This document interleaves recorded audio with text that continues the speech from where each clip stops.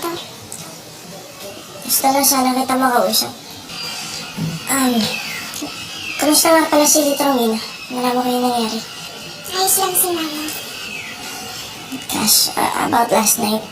Sorry ha. Papunta na sana ako eh. Kaso si Mark Hindi mo naman kailangan magpaliwanag eh. I do. Cass. Dahil nangako ako na hindi ka na masasaktan. And I wanna keep that promise. Tagal ko nasasaktan man ako. Wala ka ng kasalanan doon.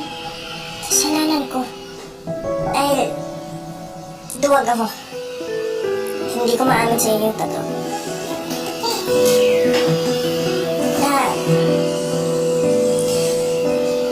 Na mahal kita. Cass. Matagal na. Ilang beses ko sinubukan na sabihin sa'yo to. Kaya natatakot ako. Kasi ayoko masira yung pagkakaibigan natin eh. Kaya na ngayon, naglalahos loob na ako. Umaas na lang sana ganun din ang nararamdaman mo para sa akin.